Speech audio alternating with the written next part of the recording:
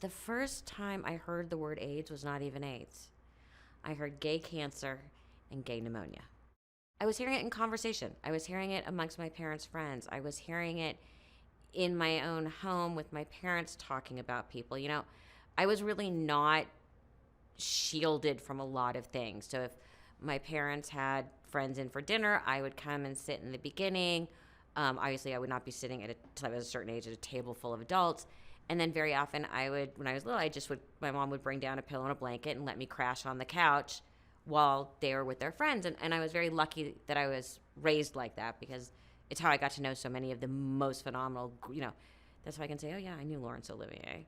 And I think I just picked up in conversation that people were sick and this was bad and that it was hitting the gay community. And as I would say, I had a lot of uncles and very few aunts. My parents' house was very much like sort of a safe haven. My parents were very good friends with Roddy McDowell, who was my godfather, and he would have these amazing dinners, and I was always included. I was his goddaughter. I'd go upstairs and crash. And I think that's where a lot of people went to be private. My mother had a very good friend named Michael McQuinney, who was a fabulous actor and writer, and he killed himself. And I didn't realize till years later it's because he had been diagnosed. And I think there was a lot of that. My mom's longtime hairdresser was the first person whose bed I stood next to at hospice. His name was Jason Dill. He was an amazing hairdresser. He was hilariously funny. He had been part of our family for years. We used to travel all over. He and my dad adored each other. He was hilarious. Went through boyfriends with him and breakups, and it was like having kind of a gay older brother, I guess. And that was the first one where I remember being in the hospital room with my parents when they said, it's cancer. And then my father passed away, and then my mother literally helped Jason and with another friend of hers who really took over the day-to-day. And then once they got him into hospice, our friend said to my mom, I can't do this anymore. And my mother went to hospice every single day. And I remember going there, and he had, had some dementia at that point. And I remember a handwritten sign over his bed that said, patient is blind.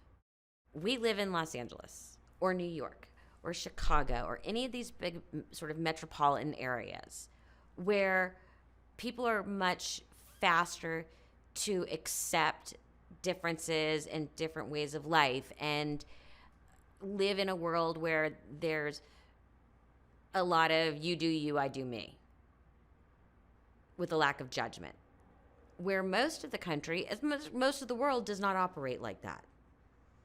So I think a lot of celebrities, as enlightened as they may have been within the community, were not willing to risk the rest of the world outside that little bubble.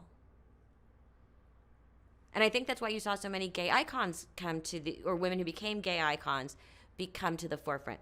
My mother, Elizabeth Taylor, Madonna, later Sarah Jessica Parker, Cher. These women Sharon Stone, Bette Midler, these women who were not afraid. And I think that's part of what's interesting. Straight men didn't come forward. Straight male actors didn't come forward. And God forbid a male actor who was closeted come forward. That was not going to happen. But it was this sort of coterie of very strong women. My mother is involved with a group called God's Love We Deliver, which started out with food delivery for homebound AIDS patients, and then expanded into just homebound patients. And they would feed their families as well. It's an incredible organization. Michael Kors has the new building named after him. The kitchen's named after, the bakery's named after my mom. I mean, it's all that stuff. So when she was doing The Apprentice, that's where her money was going. And in the bakery, you could buy tiles. And she bought one for Jason.